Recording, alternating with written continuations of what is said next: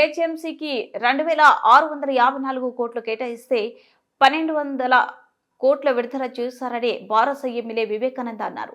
శాసనసభలో ఆయన మాట్లాడారు. ఓఆర్ఆర్ రుణానికి 2000 కోట్ల అభివృద్ధి పనులకు 500 కేటాయించారని చెప్పారు. ఓఆర్ఆర్ రుణం అభివృద్ధి కోసం హెచ్ఎండిఏకు నిధులు కేటాయించిన వాటిని ఖర్చు చేయలేదని విమర్శించారు. జలమండలికి 3385 కోట్లు కేటాయిస్తే రుణాలకి 800 కోట్లు విడుదల చేశారని, రాయదుర్గం నుంచి నడిచే మెట్రో రైలు సర్వీసును రద్దు చేశారు. పాత బస్సు నుంచి చేపట్టిన మెట్రోకు 1100 కోట్లు కేటాయిస్తే 300 కోట్ల కంటే తక్కువ ఇచ్చారు. మూసీ సుందరీకరణకు 1500 కోట్లు కేటాయిస్తే 80 కోట్లే విడుదల చేశారు. గత ఏడాది కేటాయించిన నిధులు కేవలం 25% విడుదల చేశారు. హైదరాబాద్ అభివృద్ధిని విస్మరించినట్లు గణాంకాల ద్వారా స్పష్టమైంది అని వివేకానంద విమర్శించారు. ఖ్యాతి మరి ఎంతో ఇమేజ్ ఉన్నటువంటి సిటీని పూర్తిగా విస్మరిస్తున్నట్టు స్పష్టంగా అర్థమవుతుంది అధ్యక్ష.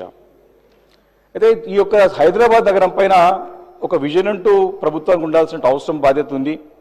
అది కూడా దీనిపైన సంపూర్ణంగా అవగాహన పెంచుకోవాల్సిన అవసరం ఉన్నది. దీన్ని ఏ రకంగా ముందు తీసుకెళ్లాల్సిన అవసరం ఉందని చెప్పేసి నేను సందర్భంగా మనవి చేస్తున్నాను అధ్యక్ష. అయితే గత బడ్జెట్ గురించి నేను చెప్పాను అధ్యక్ష, దాదాపు 25% నిధులనే మరి కేటాయించి మిగతాది కూడా మరి ఇక్కడ కూడా ఖర్చులో కనపడలేదు. ఈ సంవత్సరం అధ్యక్ష జిహెచ్ఎంసీకి ఈసారి 7582 క్రోడ్స్ గవర్నమెంట్ జిహెచ్ఎంసీ డిమాండ్ చేస్తే దాంట్లో 3101 క్రోడ్స్ మాత్రమే కేటాయించి దాంట్లో 40%నే ఇస్తానికి ప్రభుత్వం ముందుకు వచ్చింది అధ్యక్ష. ఈ పైసలు మరి ఈ డబ్బులు ఎలా ఇస్తారో అనేది కూడా దీంట్లో స్పష్టత లేదు. హెచ్సిటీ కోసానికి 4000 కోట్లు అడిగితే అధ్యక్ష 2654 క్రోడ్స్ మాత్రమే ఇచ్చారు అధ్యక్ష. భూసేకరణకు 400 కోట్లు అడిగితే అధ్యక్ష ఇచ్చింది 18 కోట్లు మాత్రమే అధ్యక్ష, అంటే కేటాయించింది.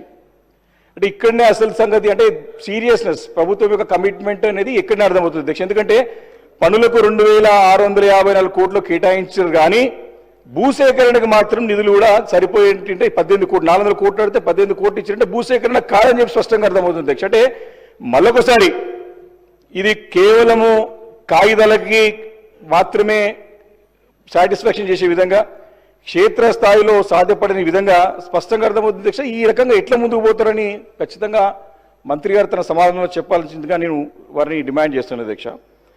అదేవిధంగా జలమండలి మీద అధ్యక్ష ఇప్పటికే 1500 కోట్ల రుణం ఉంది అధ్యక్ష. గోదావరి 2-3 దశల కింద మరో 2250 క్రోడ్స్ భారం మోపనున్నారు. 8000 క్రోడ్స్ అడిగితే 3385 క్రోడ్స్ మాత్రమే కేటాయించి పోయిన సంవత్సరం లాగానే మరి ఈ సంవత్సరం కూడా ముందుకు తీసుకెళ్లి అందులో కేవలం పోయినసారి కూడా సేమ్ ఇదే ఫిగర్ ఇచ్చారు అధ్యక్ష. కానీ దాంట్లో తిరిగి చెల్లింపు అంటే మా బ్యాంక్ రుణాలు కానీ దానికి కేటాయించి 800 క్రోడ్స్ తప్ప అభివృద్ధి పనులకు ఒక్క పైసా కూడా ఇవ్వలేదు అధ్యక్ష. ఇంకో ముఖ్యమైనటువంటి అంశం అధ్యక్ష, అంటే హైదరాబాద్ నీటి అవసరాలను దృష్టిలో పెట్టుకొని మరి గతంలో కేసీఆర్ గారి నాయకత్వంలో అప్పుడు కేటీఆర్ గారు కూడా పురపాలక శాఖ మంత్రిగా ఉన్నప్పుడు 1062 కోట్లతో కాళేశ్వరం పథకంలో భాగమైనటువంటి కొండపోచమ్మ సాగర్ నుంచి 10 టీఎంసీలు గోదావరి జలాన్ని నగరానికి తరలించేందుకు అన్ని ఏర్పాట్లు చేశారు. కానీ ఈ ప్రభుత్వము 2-3 దశలంటూ మల్లన సాగర్ నుంచి 20 టీఎంసీ తరలించేందుకు రూపాయలు 7536 కోట్ల టెండర్లు పిలిచింది అధ్యక్ష. అంటే 26 కిలోమీటర్ల దూరంలో కొండపోచమ్మ